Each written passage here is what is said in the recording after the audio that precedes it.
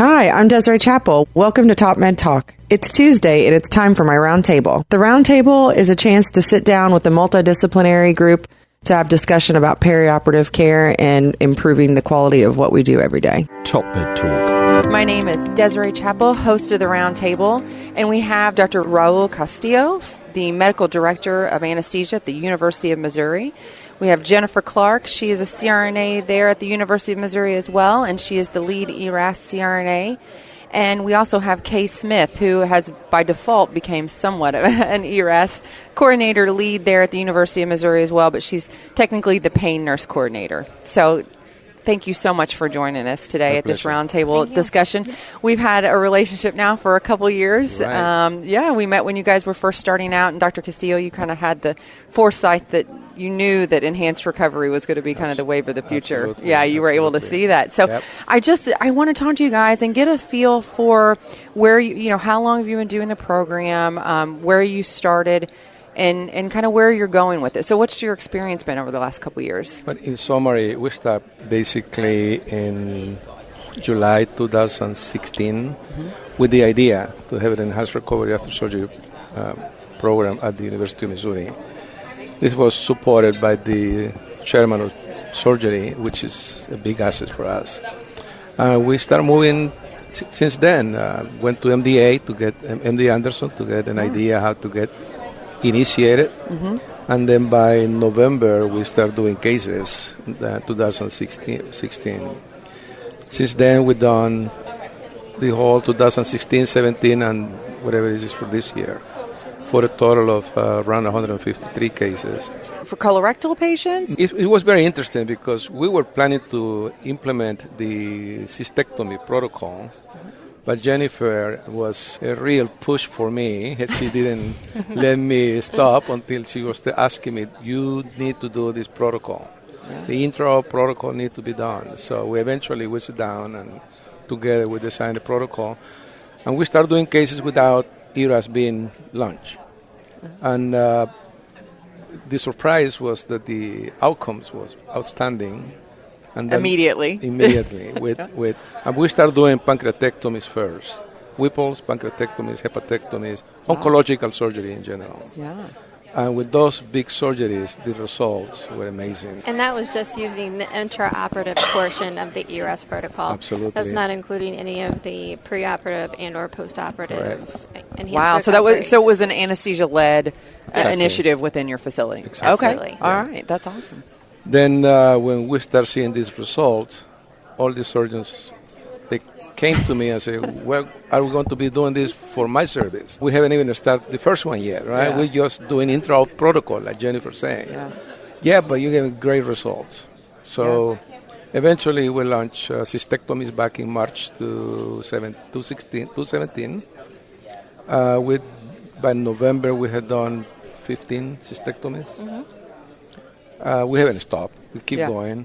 We continue doing pancreatic, thoracic. Now we're doing craniotomies with ERAS. Are you still just doing an intra-op protocol, or have you expanded it throughout the continuum of care? And how are you leading this, Jennifer or Kay, or how did you guys implement that piece? Well, we're very much so leading this as a team, which ERAS is all about. That's how you sustain a program.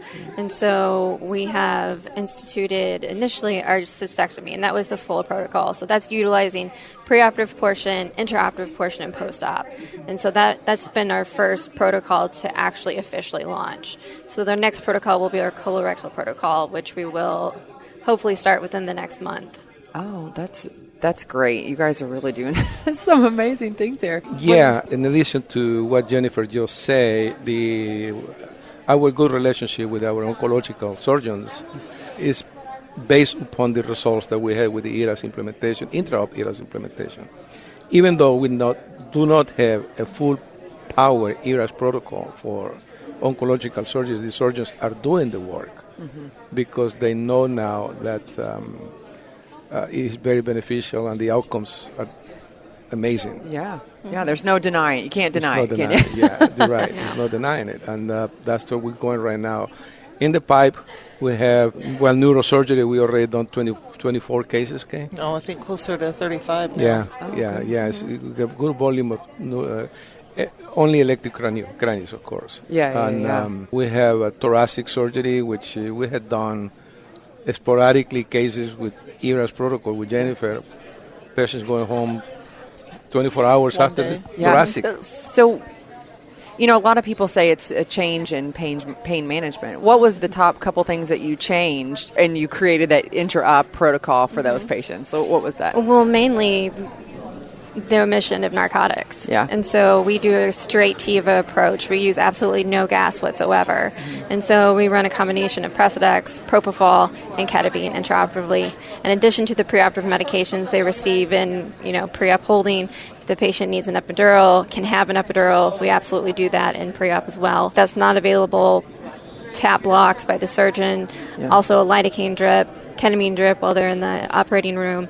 And so all of those things combined together, that's how we're accomplishing our incredible results. Yeah. This is where Kay has been very important for the implementation of this. She's the pain nurse, and she coordinates everything for the pain. Yeah. Well, we know it starts. I mean, it really is through the continuum of care. Kay, what's your experience been post-operatively dealing with this patients? Do you feel like you deal with more pain, more difficult to control, or is it immediately, much? These patients are immediately, you go talk to them, and that you immediately can tell that something's different. We had a Whipple 2 weeks ago that we did an epidural for, and the lady looked like she was ready to go home. She was sitting up in her chair. She was smiling. It's just astonishing. With the lidocaine drips, we had a surgeon tell us she did a robotic nephrectomy, and we ran a lidocaine drip on that patient, and the patient went home the next day and did not ask for a single narcotic the entire hospitalization. And it just, has changed practice. It's totally changed this for our patients and improved the way they recover. Yeah, we have a discussion now with some of the surgeons, because they want to use the Enterec. And my question for them is, we have reduced the use of narcotics significantly. Why we had to put this very expensive drug in everybody? Yeah. Let's use it in the people at risk. Right. And the hospital will be happier too, because we reduce cost. I think for many of the elements that we do, you have to risk stratify, and you have to stratify, kind of figure out what are those patients that require that. Now, I think that's a great way to approach that. It's a question that we get quite frequently. Do you do everything for everybody? No, you can't really. It doesn't make sense, does it? In practice, and that's what we always talk about. And one reason why I love talking to you guys who've been, doing it boots on the ground is that we can hear the evidence all day long, but how is that practical, in what we're doing for our patients every day? Absolutely. So. The change is significant. The change is amazing. Yeah. Yeah. So have you tracked your narcotics that are going home with your patients? Because one thing we saw is that we were able to reduce intra-op and post-op narcotics, but when we first started, surgeons were still sending their patients home with a ton of oxys, and it's like, they don't even need them, We do have some very good, very conscious surgeons in the system that they are aware of that we're trying to do we call it narcotic sparing technique.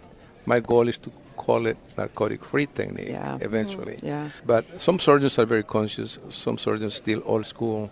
Have you had a change in the state as far as regulation and laws about what they can actually prescribe? They just implemented about a month ago, 2 months ago, maybe a month and a half ago. Yeah, there was a change so that's gonna help our cause, right?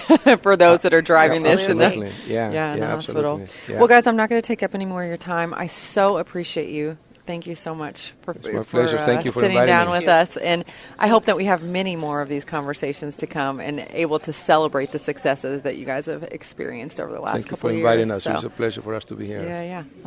Lots more good stuff. All right, enjoy the rest of the conference, guys. Thank you much. Bye-bye. Top Med Talk. Nick Majerison here. Thank you for listening to Top Med Talk. Now, before we let you go, it's important that we remind you to subscribe to Top Med Talk. That way you'll never, ever miss another episode.